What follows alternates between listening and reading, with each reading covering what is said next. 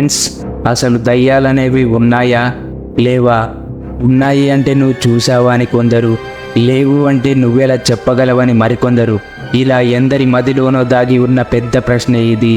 ఇలాంటి ప్రశ్నలన్నింటికి సమాధానం ఈ వీడియోలో మీకు లభిస్తుందని నేను ఆశిస్తున్నాను.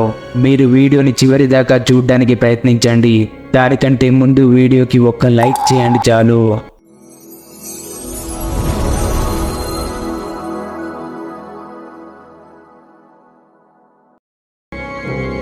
పూర్వం దేవుళ్ళు, దేవతలు, రాజులు, రాజ్యాలు ఉన్నాయన్నవి ఎంత నిజమో, రాక్షసులు, భూతాలు ఉన్నాయన్నవి కూడా అంతే నిజం.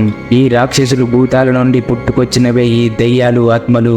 పేర్లు వేరైనా వాటి రూపురేఖలు, జనాలను భయభ్రాంతులను చేసే వాటి రాక్షసత్వం ఒక్కటే. నిజానికి త్రేతాయుగంలో దయ్యాలు విచ్చలవిడిగా ఉండేవి. వాటి రాక్షసత్వానికి అడ్డు అదుపు లేకుండేది. రాను రాను కాలం మారుతున్న కొద్దీ ఈ దయ్యాలు అంతరించిపోతున్నట్టుగానే కనిపించిన జనాల మధ్యలో వీటి భయం పోలేదు. అనుకోకుండా ఏదో వింత వింత ఆకారాలు కనబడ్డట్టు, ఒళ్ళు జర్దరించేలా వింత వింత శబ్దాలు వినబడ్డట్టు, దారిలో వెళ్తుంటే వెనకాల ఏదో తరుముతూ వస్తున్నట్టు మన మదిలో ఏదో తెలియని బెరుకు. ఈ భయాలే మన మదిలో నమ్మకాలుగా నిలిచిపోయాయి. ఇవి ఒక నమ్మకంగా భావించే జనాల మనసులోంచి భయాన్ని తొలగించడానికి ఎందరో మేధావులు నిర్ధారణ కోసం పలు పలు చారిత్రాత్మక కట్టడాలలో, పురాతన కోటల్లో, మరెన్నో పాడుబడ్డ బంగళాలలో వన్నులో వెనుకు పుట్టించే స్వరాలను కనిపెట్టడానికి వెళ్ళి తిరిగి రాలేకపోవడం ఒక ఆశ్చర్యం.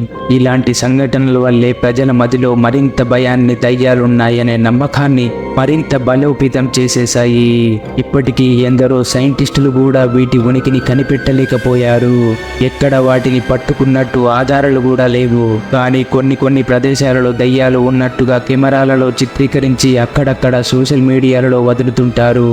అంతేకాకుండా మన ఇండియాలోని ఈ టాపిక్ పై ఎన్నో సినిమాలు చిత్రీకరించారు. కొన్ని ఇంగ్లీష్ మూవీలలో కూడా వీటి గురించి క్లుప్తంగా మనకి వివరిస్తుంటారు. ఎంతైనా అవి కల్పితాలుగా కొందరు భావించినా నిజాలుగా మరికొందరు భావిస్తుంటారు. మన తెలుగు ఆచారాల ప్రకారం చూసుకుంటే అప్పుడప్పుడు కొందరు దయ్యాలు పట్టినట్టుగా చేస్తుంటారు. వాటిని వదిలించడానికి కొందరు మంత్రగాళ్ళు వారి విద్యలతో వాటిని వదిలిస్తుంటారు.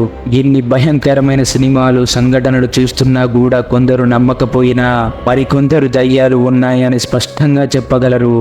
మనలో చాలా మంది ఇవి ఉన్నాయని నమ్ముతూనే ఉంటారు. నిజానికి ఉన్నాయని ఎక్కడా నిర్ధారించలేకపోయినా మన నమ్మకాలను ఆచరిస్తూ ముందుకెళ్లడమే ఉత్తమమని నా అభిప్రాయం. ఎందుకంటే సైన్స్ కూడా అంతు చిక్కని ప్రశ్న ఇది. ఫ్రెండ్స్, మీ మదిలో ఏమనుకుంటున్నారు? మీకు ఇలాంటి వింత వింత సంఘటనలు ఎప్పుడైనా ఎదురయ్యాయా? మన పెద్దవాళ్ళు కథలుగా చెప్పుకుంటూ వచ్చే దయ్యాల విషయాల్లో అనుభవం ఉన్న వాళ్ళు ఎస్ అని కామెంట్ చేసి పార్ట్ 2 కోసం మన ఛానల్ని సబ్స్క్రైబ్ చేసుకోండి.